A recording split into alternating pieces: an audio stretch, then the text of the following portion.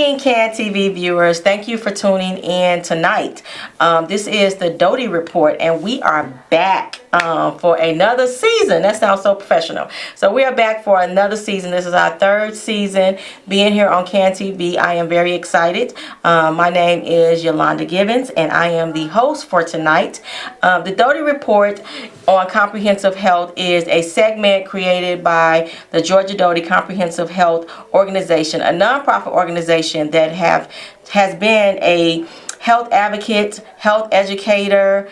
Whole mission is about educating the community on health resources and just educating the community and connecting the community to quality health care, and really just wanting to promote and help everyone live a healthy lifestyle. And I always want to give a shout out to the president and CEO, Mr. Don Doty. Hey, Mr. Doty. And of course his wife, Miss Joyce. So again, we are back. We will be here every Tuesday at 7:30 p.m. beginning today through the end of December, and we definitely want you to tune in. I'm excited, very, very excited to have our distinguished guest tonight. I want to introduce Dr. Terry Mason. He was the medical director. Now he is the CEO of the Cook County Department of Public Health. Is that correct? COO. COO. He's the Chief Operating Officer. He obtained his BS degree in biology from Loyola University, Chicago, and his MD from Abraham Lincoln School of Medicine at the University of Illinois in Chicago. We are so excited to have you as our guest. Well, I'm glad to be here. And our topic for tonight, everyone knows that most of us should know that this month is Breast Cancer Awareness Month. And we're going to be talking about cancer, prostate cancer, and cancer just overall. And I am certain that Dr. Mason has a lot to share, a lot of great information, a lot of great resources. We encourage you to definitely call in if you have any questions, as we are sitting here having a conversation about some of the health challenges as it relates to cancer within our community. So, Dr. Mason, I'm going to just give you the floor and see what do you have to share. It's really interesting. One of the things I would like to share is there is a study that was done that looked at about 1,481 white women. Mm-hmm. And what they found in that study is that those women who had between 3 and 5, less than 5 bowel movements a week, or somewhere around 3 to 5 bowel movements a week, had almost a 5 times greater chance of having breast cancer. Oh. So you might ask, what does bowel movements have to do with breast cancer? Right. Well, it's very simple. What they also found, as the way they came up with this, is that they noted that the cysts, some cysts in the breast, contain bile acids. Oh, wow. And the bile acids come from the gallbladder, and they're used to help break down the fat, and then normally when you have a bowel movement, it comes out in the stool. Mm-hmm. But in this instance, when you're not having bowel movements regularly, that bile acid got reabsorbed and then ended up in the breast. And they said, well, did this really come from the bowel, or did this come from someplace else? Mm-hmm. So they did a special study using specially tagged is the word we use, but something that'll let us know that actually it came from the gut. Mm-hmm. So they gave these women these specially tagged pills, and lo and behold, the uric acid that was coming from their gut. Oh, wow. And what happens is when you're not moving your bowels through the colon on a regular basis, the bowel begins to reabsorb these different chemicals, bile acids among one of them. Mm-hmm. Normally, if you were moving the bowels with a regular frequency, those bile acids would come out and go in the toilet and not give you any problem. Mm-hmm. But when you're not, the body, being so efficient, reabsorbs those and then recirculates it. And they found out, and they tested these bile acids and found that they do cause cancer. Wow. So these women who were not having frequent bowel movements were reabsorbing the bile acids. the bile acids going up into their breast, and they also noticed that the level of bile acids in the blood was almost 100 times more than it should be. Oh, wow. And so what happens is, when that happens, the way that you fix that is not with laxatives. The way you fix that is to change the way you eat. Okay. And you need two things in order to have normal or regular bowel movements. You need fiber and you need water. Okay. And when we eat, if we don't eat enough vegetables or fruit or beans or legumes, we're not getting those things that contain fiber. And as such, we have nothing that adds bulk to the stool to help get rid of these particular things, these bile acids. So what does this mean? We have to figure out, how do you get the stool to move out of the colon faster? And it's real simple. You drink water, and you eat those foods that contain fiber. Okay. So beef doesn't contain fiber, pork doesn't contain fiber, chicken doesn't contain fiber. There's no meats contain fiber. A lot of the breads contain some are better, some have more than others, but the highly processed white breads have very little fiber. They have some, but the more grainier brown breads contain more. Okay. When I say grainier, I'm talking about not the ones that are just darker versions of the white bread, but are whole grain breads, or fruits, or vegetables, and water, because you've got to drink enough water. You see, if you're eating 3 times a day, you should have at least one bowel movement every day. Now people will say, oh, well, you know, what's normal for you is what normal for me. I've never gone that way. Well, you've never probably eaten what you should be eating the way you should be eating it. Right. And so for women, if they want to do what they can do to help prevent breast cancer, then the way to do that is not to create an environment in the body that will help to foster the growth and the development of breast cancer. Okay. And one of the things that we know that we can have you do is we need you to eat fresh fruits and vegetables, not just cooked, raw. Raw is fine, but cook them, whether you're eating greens or turnip greens, collard greens, kale, spinach. It doesn't really matter. Or if you're eating beans in a chili, but what we do is we have so much of our diet is so meat centric. Right. In fact, we plan our entire meal around the meat. Right. We do. So we call the meat is the main thing, and then everything else is a side. Right. And oftentimes we don't have many sides. Right. This little portion. That little bitty portion of sides. That's right. And when we go out to the restaurant, the main thing that you want to eat is the meat. Right. And oftentimes you don't even eat the sides, or you have to order the sides separately. And since you don't want to order them or pay extra for them, you don't get them. But the sides are actually more important than the main course. Wow. That's an easy from a way. Breast cancer, and actually for most cancers. And then the other thing that we have to be careful about is there's some evidence that suggests that milk contains a substance called insulin growth factor 1. Okay. Insulin growth factor 1 is a chemical that's in the milk, and what it does, and we see this, and this is for men and for women, but what happens is this insulin growth factor 1, its major purpose is to grow cells. So if you think of a small calf and it's suckling the milk from its mother, the reason it's doing that is to get the food it needs to grow from being a small calf to becoming a cow. Right. So those muscle cells need to grow. The bone cells need to grow. They need more blood cells. They need more, all of these different cells they need.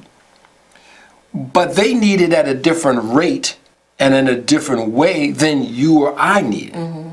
That's why our mothers have the milk that's natural for us, that has all of those chemicals in the right quantities and in the right relationships, so we're not getting ourselves overstimulated like you do when you're drinking these other things. Right. That also sets up an environment in the body that makes it more susceptible to cancerous growths. And if you have a cancer, then this is something, because the cancer cells, what is a cancer? We call it cancer, but it's basically just abnormal growth. That's all it is. Oh. And it doesn't matter where it is, cancer is all the same. Okay. And we name the cancer by where it starts, Okay. no matter where else it goes. So we call it when those abnormal cells start growing, and they start growing much faster than our normal cells. If that process starts in the breast, we call it breast cancer. Okay. If it starts in the colon, we call it colon cancer. If it starts in the prostate, we call it prostate cancer. Okay. It's all the same disease. We just name it by where it starts. Okay. And then what happens if we don't do anything, or we don't arrest those cells growing in that organ?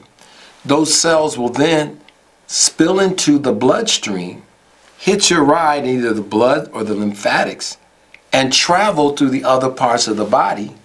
And because we already have this environment in the body that is allowing our cells to grow abnormally, it will take up residence in a liver, or in our bones, or in other organs.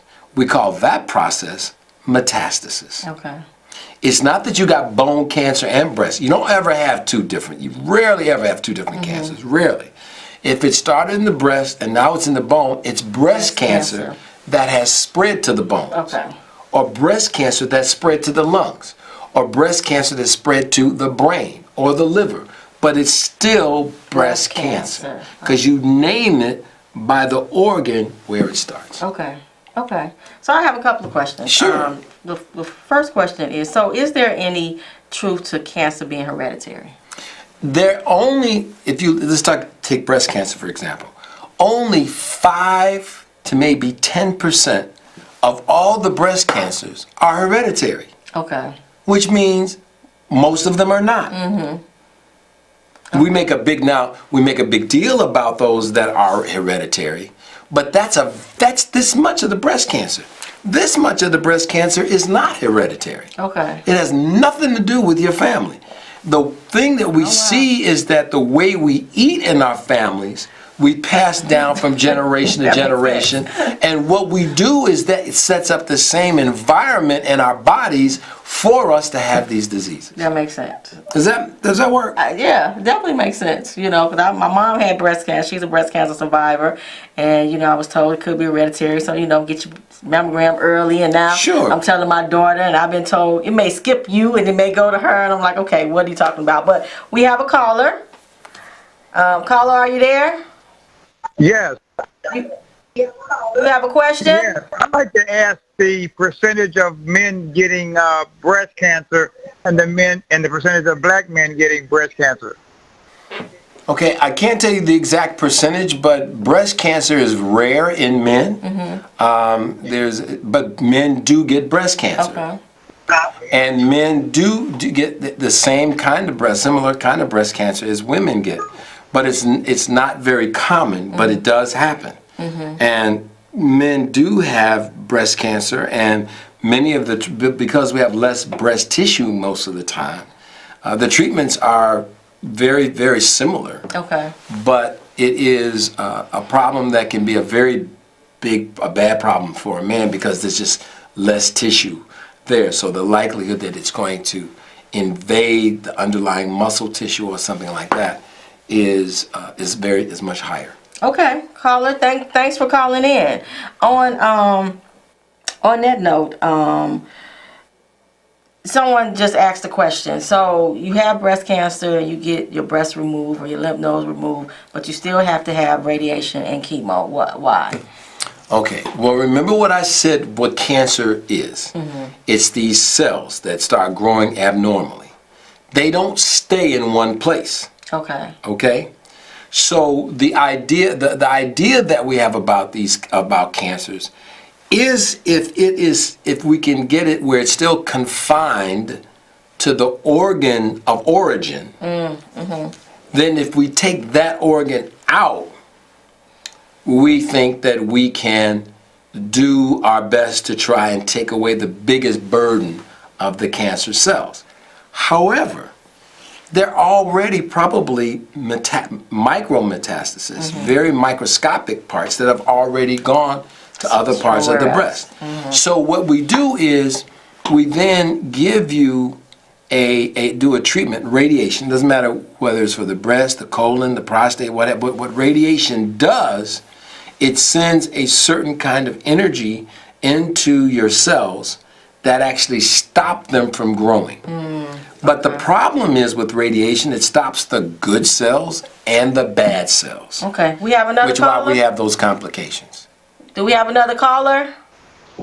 Yes, Dr. Mason, I really appreciate hearing your analysis on the cow milk. I know it's all true. And I wanted to ask your thoughts about the other supposed to be milk, soy milk, coconut milk, oil milk. Do you have any thoughts about the use of substituting that? I was going to ask that. Sure. Well, first of all, you have to remember that cow's milk comes from the cow. Soy, almond, and these others are not dairy. They don't come from the cow. Okay. Soy comes from the soybean, almond comes from the almond milk. And if people just want to use a milk for whatever reason they want to, and they don't want to use a cow milk, even a lactose removed milk, they can use these other milks, the soy or the almond. They have others as well. If you need to use a milk, those milks are not dairy and will not create the same issues as the milk that we talked about earlier. Okay, good question. I was going to ask that's the exact same question. Okay, I have a question about moving to prostate cancer. When should men be examined? Well, first of all, let me just say, we have got to stop thinking about the body as a bunch of little parts. Okay. A breast, a prostate, a colon. Well, that's what they tell us. Come and get your breast exam, mammogram at this age. That's because that's the way our financials are built in our system. Okay. Okay? Our financials are built so that we charge for the breast, we can charge for the prostate. And I'm not saying those are wrong things. I'm just saying it's the way it's built. Right. We don't ever teach, because we as physicians have never been taught how we can best help our patients prevent the diseases that they may get. Okay. Because it's not inevitable that you should get these diseases. Okay. It is in America. I mean, America spends more money on so-called health care. I don't call it health care. I call it medical care. Okay. I call what we do in hospitals and doctors' offices, the things that I did for over 25 years, that's not health care. That's medical That makes care. sense. That really makes sense to me. Health care is to restore health or to help you with your health. Medical care, you go when you have a problem or you're looking for a particular problem and you want to do a specific thing around that. And we can then charge for those things, either with a procedure, a visit, medications, something like that. So when we look at all of these things, the one thing that I know, and the data is absolutely pristine and clear about this, if you want to do the best you can do to help prevent, I don't care, all the cancers. If you can prevent one, you can probably prevent most all of them. So for the most part, if you want to do what you want to do about that, then what you should do is you should drink water. Okay. And you should eat foods that are primarily out of the ground. Not stuff that's swimming in the ground, walks on the ground, flies over the ground, that comes out of the ground. Because those things contain, obviously, depending on where you get them from, but they can contain the nutrients, the micronutrients. It'll contain the carotenoids, those things that give it color, or whether it's orange or red, because those colors are very important. Really? Yes, because those colors are made from chemicals that themselves that prevent these kinds of things from happening. So you need to eat, you need to be eating your greens. I mean, right now, if we look at what we eat, most of what we eat is not even real. That's true. If it comes out of a box, bag, or can, it's not real. Yeah. If it's not stuff that you getting from the grocery store and then you rinsing it off or something, then it's something that was made. I'm not saying those are all bad. I'm just saying that if we want to really do something for our health, we need to feed our body what it needs. It needs water, not soda, not milk, not, none of those things. It needs water, with more than 70% water. So we need water. Doesn't need to be anything special, just water. We need to make certain that we're eating at least, they said 3 to 5, but I say 5 to 9 or 12 servings of fruits. Fruits and vegetables every day. Yeah. Every day. Yeah. We need to stay away as best we can from those places, these what I call convenience foods, where you just drive through and you get this or you get that. When you're eating donuts or you're eating French, a donut is fried bread. That's what it is. It's made up and put in a vat of hot oil, and it's fried. And so are potatoes and something. So you're eating also those fats. Dr. McDougall always says the fat you eat is the fat you wear. So we need to think about those things that we're eating. And we need to go back because I never have time. Well, when you get sick, you got to end a lot of time then. So what you want to do is prevent yourself from being sick. And then I don't believe in diets. I believe if you eat the right food in the right way, you don't have to worry.